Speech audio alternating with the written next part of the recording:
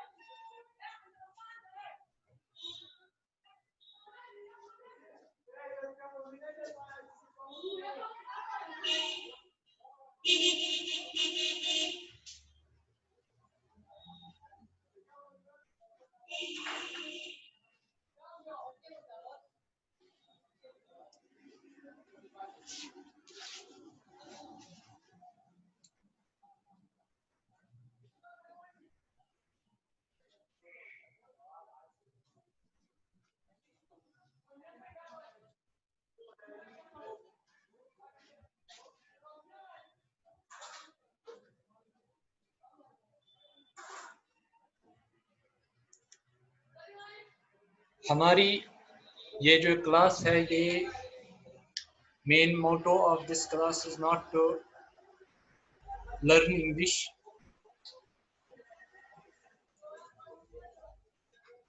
But to understand English.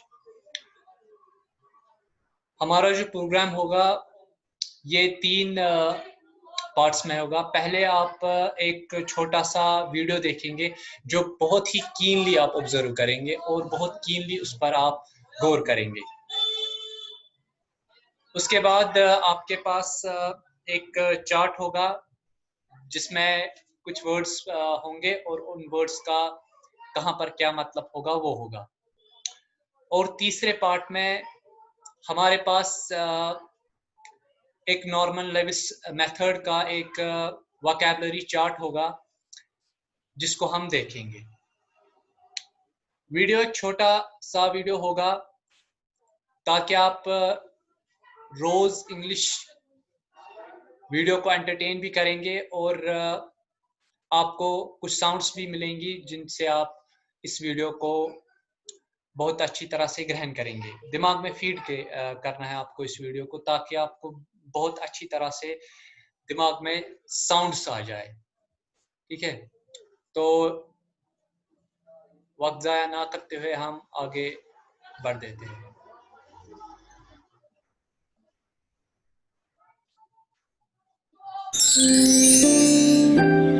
Smile Please, written by Sanjeev Jaiswal.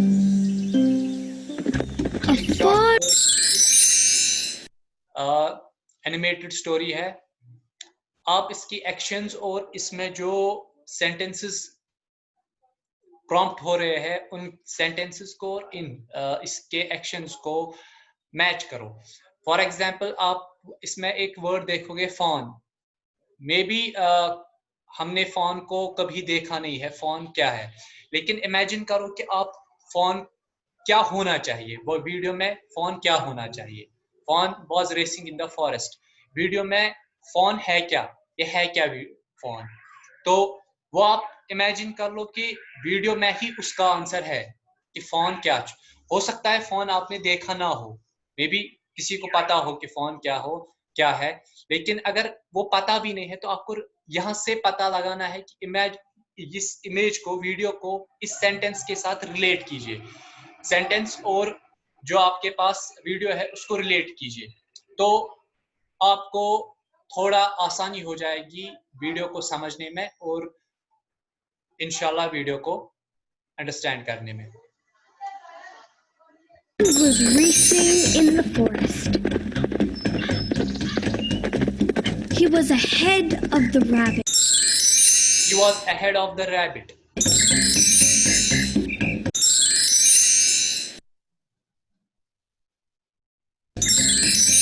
He was even ahead of the elephant. He was ahead of the rabbit. He was even ahead of the elephant. अब मान लीजिए आपको ahead पता नहीं है spelling, या sorry spelling नहीं, आपको मीनिंग इसका पता नहीं है, तो कॉम्प्रहेंड पूरा सेंटेंस नहीं हो जाएगा. लेकिन आपको वीडियो को देखकर उसका मीनिंग समझ लेना है. पहले पहले आपको वीडियोस बहुत आसान होंगे, बहुत ही आसानी से आपको समझ आ जाएंगे. ये खाली आपको दिखा रहा हूं मैं कि आपको वीडियो देखना कैसे है. ठीक है. He leapt and cleared the stream. He leapt and cleared the stream. He ran past the crumbling wall. Let us assume we don't know what the crumbling wall is, but look at the pictures and videos and try to comprehend what the crumbling wall is. There was a large boulder on the grassy plain. He stumbled and fell down. He burst into tears.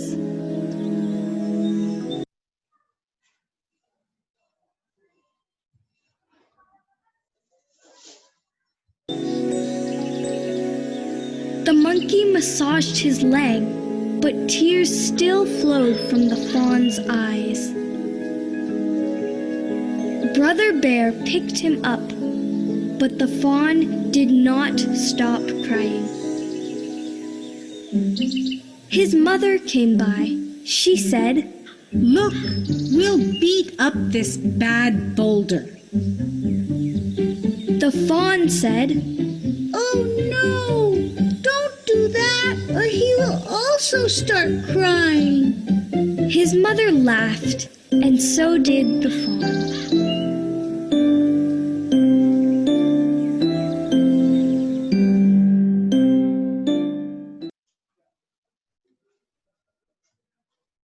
Okay, तो इस video में आपने एक जानवर के बारे में देखा, तो उस जानवर का नाम आपको पता होना चाहिए. अगर आपने गेस नहीं किया है अभी तक उस जानवर का नाम क्या था, तो वो फॉन था. फॉन वहां पर सेंटेंस में एक जानवर था जिसका नाम फॉन था, FAWN. ठीक है. फॉन एक्चुअली डियर की ही एक स्पीशीज है, उसी को फॉन कहते हैं. उसके बाद आपने इसमें कुछ वर्ड्स देखे जो बहुत ही आसान वर्ड्स थे, जिनको ट्विस्ट करके, फॉर एग्जांपल क्रैम्बलिंग वॉल था, जहां पर वॉल एक दिखाई गई थी जो थोड़ी टूटी फूटी थी, तो ऐसी वॉल को क्रैम्बलिंग वॉल कहते हैं. अब हमारा सेकंड पार्ट जो है जिसमें वर्ब चार्ट है, क्योंकि हमारा जो एक्चुअली सेंटेंस होता है जो लिखते वक्त हम गलत कर देते हैं, वो होता है ग्रामेटिकल एरर. ग्रामेटिकल एरर कभी भी आपके आंसर को वो पोजीशन नहीं देता है जो पोजीशन आपका आंसर डिजर्व करता है.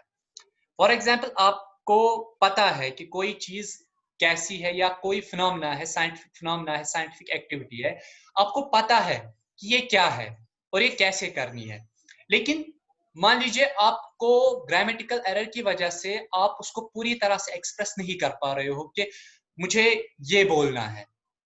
ठीक है. फॉर एग्जाम्पल, ज्यादातर स्टूडेंट्स में आप देखिए कि एक प्रॉब्लम होती है, उन्हें लिखना होता है I have to do this work, वो I have to do this work लिखते हैं.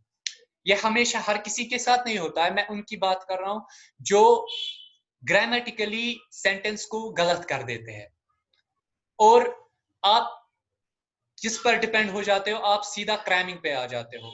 आपका हिस्ट्री का आंसर होता है, आपका साइंस का आंसर होता है, आप सीधे उसको क्रैम कर देते हो। तो यह तो क्रैम करा, क्यों? क्योंकि आप खुद नहीं लिख पाते हो उसको, उसकी वर्डिंग को आप थोड़ा सा चेंज नहीं कर सकते, या आपको कहीं पर भूल जाता है तो आप अटक जाते हो, आप खुद उसका कुछ नहीं कर पाते हो।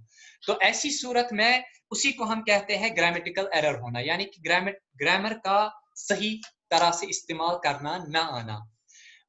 फॉर एग्जाम्पल, आपके पास एक सेंटेंस है, Rani Laxmibai entered into the war in 1857।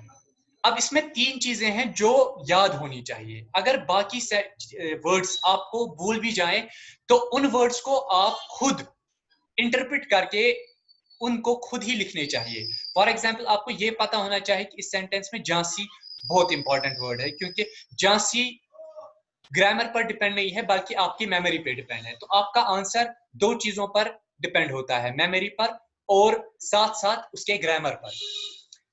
आपको अगर ग्रामर नहीं आता है तो आपको डेफिनेटली मेमोराइज करना पड़ेगा पूरा आंसर, आपको मेमोराइज करना पड़ेगा ग्रामर भी, आपको मेमोराइज करना पड़ेगा जो मेमोरी पार्ट है आंसर का वो भी। For example, Jhansi war 1857, 3 words ऐसे हैं जिनको याद रखना है, बाकी कोई भी ऐसा वर्ड नहीं है जिसको याद करने की जरूरत है। आपको खाली इतना पता होना चाहिए, झांसी वॉर 1857। फिर आपको यही बताना है, Jhansi entered into the war in 1857। ऐसे पर आप, जब आपका दिमाग आपको ग्रामर खुद सही देगा तो आप आराम से सेंटेंस को लिखना शुरू करोगे। फिलहाल हम पहले आज बहुत ही आसान सा वर्ड देखेंगे, हैव। बहुत आसान सा वर्ड है, ये कहां पर कैसे लगता है। हमारे पास पहले 3 तरह के प्रोनाउंस होते हैं, एक होता है फर्स्ट प्रोनाउन, दूसरा होता है सेकंड, और तीसरा होता है थर्ड प्रोनाउन। ठीक है, तो फर्स्ट प्रोनाउन हम कहते हैं खुद को, जब बात मेरी या हमारी हो, क्योंकि फर्स्ट प्रोनाउन हम कहते हैं मैं या हम। मैं को भी मैं को आई कहते हैं, आई, हम को वी कहते हैं। तो आई या वी, इनको हम फर्स्ट प्रोनाउन कहते हैं, और आई सिंगुलर है और वी प्लूरल है। I have, we have. ठीक है, आई हैव मैं, वी हैव हम। वी का मतलब है हम, आई का मतलब है मैं। तो जब मैं बात कर रहा हूं तो आई लगता है, जब बहुतों के बारे में है तो वी लगता है, जब हमारी बात हो। जब किसी और की होती है तो सिंगुलर में दाव आता है और प्लूरल में यू आता है, लेकिन आप सिंगुलर में भी यू का इस्तेमाल कर सकते हो। दाव आजकल इस्तेमाल में नहीं होता है, आजकल हम दाव इस्तेमाल इंग्लिश में ज्यादा नहीं करते हैं, तो हम यू का ही इस्तेमाल एज अ सिंगुलर भी और एज अ प्लूरल भी करते हैं। यानी कि जब हम किसी और की बात कर रहे हो जो आपके लेकिन सामने हो, सेकंड पर्सन उसी को कहा जाता है जो आपके सामने होता है। यू, डेफिनेटली जब आप कहेंगे किसी को यू, यू का मतलब है कि वो आपके सामने है, तब तक आप यू कहां कहोगे। यू का मतलब है कि बात सुनने वाला आपके सामने है। ठीक है, इसके बाद आता है थर्ड पर्सन। थर्ड पर्सन जो होता है, इसके भी 2 है, सिंगुलर और प्लूरल। थर्ड पर्सन यानी कि मैं तो किसी और के साथ बात कर रहा हूं, हम थर्ड पर्सन में किसी और की बात कर रहे हैं, तो उस सूरत में आपको ही और दे मिलेगा, ही दे। अब हैव और हैज का कहां पर इस्तेमाल होता है, ये फर्स्ट और सेकंड प्रोनाउन में हैव लगता है, ओके, और हैज लगता है थर्ड पर्सनल प्रोनाउन में, यानी कि I have, we have, you have, और ही हैज, दे हैव। ठीक है, ही हैज, ही अगर है तो वो यानी कि वो कोई थर्ड पर्सन है, ही में गैब में है। शी यानी फीमेल है, गैब में है, she has. It has, it का मतलब है कि जब आपका फॉर एग्जाम्पल कोई एनिमल है या कोई ऑब्जेक्ट है, तो उसके लिए कभी हम ही या शी का इस्तेमाल नहीं करते, इट का इस्तेमाल करते हैं। It has, he has, she has. ठीक है, तो प्रोनाउन में थर्ड पर्सन प्रोनाउन में हम दे हैव का इस्तेमाल करते हैं, दे हैव। ठीक है, तो हैज हम खाली 3 जगहों पे इस्तेमाल करते हैं, he has, they, she has, it has. कभी भी हम आई के बाद हैज इस्तेमाल नहीं करेंगे, वी के बाद कभी भी हैज इस्तेमाल नहीं करेंगे, यू के बाद कभी भी इस्तेमाल हैज नहीं करेंगे, दे के बाद कभी भी हम हैज का इस्तेमाल नहीं करेंगे, सिर्फ 3 जगहों पे हैज का इस्तेमाल करेंगे, he, she, it. He has, she has, it has. ठीक है, तो जब भी आपको कोई ऐसा सेंटेंस हो जो स्टार्ट हो रहा है I, we, you, he, she, it या दे से, तो कभी भी उसके बाद हैव और हैज अगर लगाना है तो इन दो में खाली हैव लगेगा, बाकी सब पे सिवाय ही, शी, इट के इन पर हैज लगेगा। अब ये हैव लगाना कहां पर है? फॉर एग्जाम्पल आपको पोजीशन है, पोजीशन मतलब को आप कहना चाहते हो कि कोई चीज आपके पास है, तो उस वक्त हैव लगता है। आपके पास है, मैं रखता हूं, आई हैव, मैं रखता हूं, इसका अगर इतना ही बोलेंगे आई हैव, मैं रखता हूं। अगर आपने इस तरह बोला आई हैव अ पेन, मैं रखता हूं पेन, लेकिन इसका मतलब अब इस तरह बनेगा आई हैव अ पेन, मेरे पास पेन है। ठीक है, मैं रखता हूं पेन या मेरे पास पेन है, एक ही बात है। ठीक है, वी हैव, हम रखते हैं, यू हैव, आप रखते हो, यू हैव, तुम सब रखते हो अगर प्लूरल में है। सिंगुलर में ही हैज, वो रखता है, दे हैव, वो रखते हैं। यानी कि अगर बोलना होगा वी हैव अ पेन, हम रखते हैं एक pen, we have a pen, हमारे पास पेन है। यानी कि ये पोजीशन के वक्त इस्तेमाल होता है जब कोई चीज या कोई ऑब्जेक्ट या कोई प्लेस आपकी है, तो आप हैव या हैज का इस्तेमाल करते हो। ठीक है, लेकिन इसके अलावा भी हैव और हैज का इस्तेमाल बहुत जगहों पे होता है। ये पहला इस्तेमाल है हैव और हैज का, जब कोई चीज आपके पोजीशन में होती है। अब जब यही चीज आपको बोलनी है पास्ट में कि आप ये रखते थे, आपके पास पेन इस वक्त नहीं है, आपके पास पेन था, तो आप कहोगे आई हैड, मैं रखता था। ठीक है, वी हैड, हम रखते थे, यू हैड, तू रखता था, तू रखता था, या तू ही रखता था। ठीक है, यू हैड प्लूरल के वक्त, तुम रखते थे। सिंगुलर में ही हैड, वो रखता था, शी हैड, वो रखती थी, इट हैड, वो रखता था। ठीक है, या ये रखता है। ठीक है, रखता था, रखता था, हैड था, दे हैड, वो रखते थे। ठीक है, यानी कि हैव और हैज अगर आपका पोसेशन है, यानी कि कोई चीज आपके पास है लेकिन वो अब नहीं है, पहले थी, तो आप उस वक्त हैड का इस्तेमाल करते हो। फ्यूचर में हम कहते हैं अगर कोई चीज मेरे पास इस वक्त तो नहीं है लेकिन कुछ वक्त के बाद होगी, तो हम कहेंगे I shall have, we shall have, thou shall have, you shall have, या विल का इस्तेमाल भी किया जा सकता है। He will have, she will have, it will have, they will have. Will या शैल आप फ्यूचर के लिए इस्तेमाल कर सकते हो। इसमें फ्यूचर का मतलब है कि आपके पास ये पोजीशन होगा, ये चीज आपके पास होगी, लेकिन कुछ वक्त के बाद। ठीक है, तो इन पर आप आज काम करेंगे, इन पर आज आप सेंटेंसेस बनाएंगे, क्योंकि जब तक आप खुद इस पर काम नहीं करेंगे तब तक आप खुद आंसर्स लिखने के काबिल नहीं होंगे, जब तक आप खुद लिखने की कोशिश नहीं करोगे। ठीक है,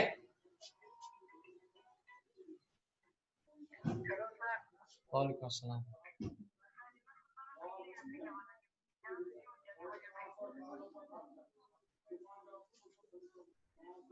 हाँ, कुछ अच्छा, हु प्रेजेंट पास्ट तोरी फिक्री। चलो, तो कोई चीज अगर आपके पास नहीं है लेकिन आपके पास होने वाली है, यानी कि फॉर एग्जांपल मेरे पास इस वक्त पेन नहीं है, मेरे पास पेन इस वक्त नहीं है, लेकिन मुझे होप है कि कुछ वक्त के बाद मेरे पास पेन होगा, कोई मुझे देगा, तो मैं कहूंगा आई शैल हैव अ पेन, यानी कि मेरे पास पेन होगा। We shall have a pen, हमारे पास पेन होगा, यानी कि होगा। ठीक है, इस वक्त नहीं है, बाद में होगा। अगर खाली लिखेंगे आई शैल हैव, तो इसका मतलब है मैं रखूंगा, अभी नहीं है लेकिन रखूंगा। वी शैल हैव, हम रखेंगे। दो शैल हैव या दो विल हैव, तू रखेगा। यू विल हैव, तुम रखोगे। ही विल हैव, वो रखेगा। शी विल हैव, वो रखेंगे, वो रखेगी। इट विल हैव, वो रखेगा। ठीक है, दे विल हैव, वो रखेंगे। यानी कि अगर आपके पास कोई चीज इस वक्त नहीं है, बाद में होने वाली है, बाद में आपके पास वो चीज होगी, लेकिन तो उस वक्त आप कहोगे कि मैं रखूंगा। यानी इस वक्त नहीं है, मैं वो मेरे पास इस वक्त नहीं है, मैं रखूंगा, फ्यूचर में मेरे पास होगा। यानी कि कुछ वक्त के बाद, एक दिन के बाद, 2 दिन के बाद मेरे पास होगा, तो उस वक्त आप कहेंगे I shall have, I shall have, he shall have. ठीक है, तो यानी कि हैव हर जगह इस्तेमाल होगा, हैज सिर्फ एक 3 जगहों पे इस्तेमाल होगा, ही शी और इट, बाकी जगहों पे हैव ही इस्तेमाल होगा, सिवाय पास्ट के। अगर कोई चीज आपके पास्ट में है, तो पास्ट में वो चीज हैड में तब्दील होती है, वो चीज हैड बन जाती है। I had, we had, you had, you had, he had, she had, it had, they had. ठीक है, तो वो उनके पास था। आई शैल हैव, मेरे पास होगा। वी शैल हैव, हमारे पास होगा, अभी नहीं है लेकिन होगा। ठीक है, तो मैं फॉर एग्जाम्पल आपसे कहूंगा, क्या आपके पास इस वक्त पैसे है, तो आप कहोगे, मान लीजिए नहीं, मैं आप आंसर नहीं देना चाहते, आप कहोगे इस वक्त नहीं है, but I shall have, I don't have at the moment but I shall have, मेरे पास होंगे, मुझे मेरे पास पैसे होंगे, इस वक्त नहीं है मेरे पास लेकिन होंगे। We shall have, they will have.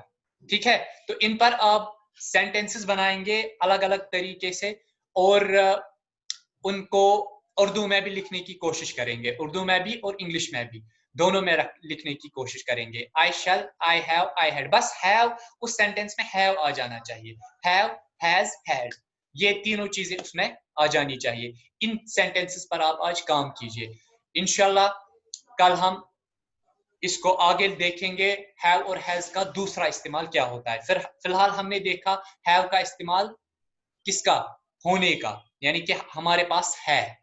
ठीक है, क्लियर।